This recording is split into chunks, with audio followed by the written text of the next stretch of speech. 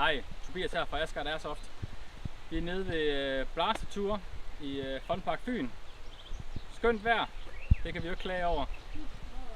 ASG har været så venlig at lade mig lege lidt med nogle våben fra dem. Fra Brinden her med M4 magasin på. Et lækker Strike System scope. Og jeg må sige, ud af kassen som den her den er, den skyder fantastisk.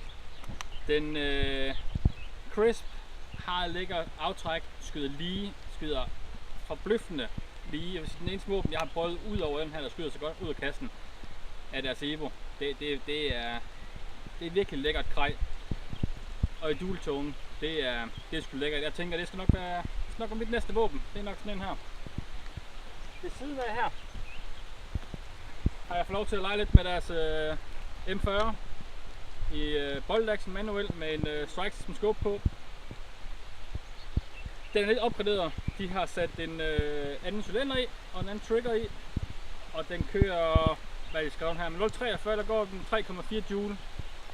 Og den skyder satme også godt. Jeg tror nok det er noget omkring 3,5 ud af kassen den koster, og så har de smækket i for 2,5 udstyr, og den skyder lækkert. Det gør den. Det kan vi simpelthen ikke klage over. Jeg vil sige, det eneste minus jeg synes der er ved den, det er deres magasintype. Som hvis man ikke kender det, så er det sådan nogle små nogle her.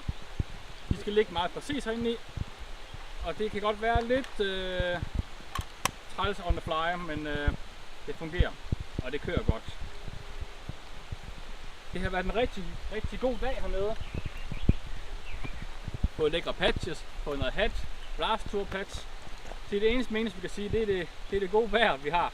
Men tak for denne gang, drenge.